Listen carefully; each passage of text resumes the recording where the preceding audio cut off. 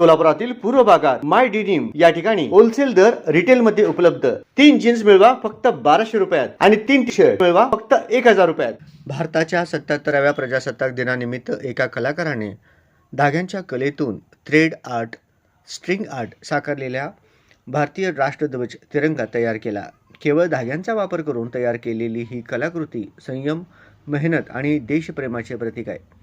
26 जानेवारी 1950 रोजी भारताने आपले संविधान स्वीकारून सार्वभौम लोकशाही प्रजासत्ताक म्हणून आपली ओळख निर्माण केली। प्रजासत्ताक दिन हा स्वातंत्र्य, एकता आणि लोकशाही मूल्यांची आठवण करून देणारा दिवस आहे। ही कलाकृती संविधान, राष्ट्र आणि प्रत्येक भारतीयाच्या हृदयाला अर्पण केलेली एक नम्र मानवंदना असल्याचे कलाकाराने सांगितले।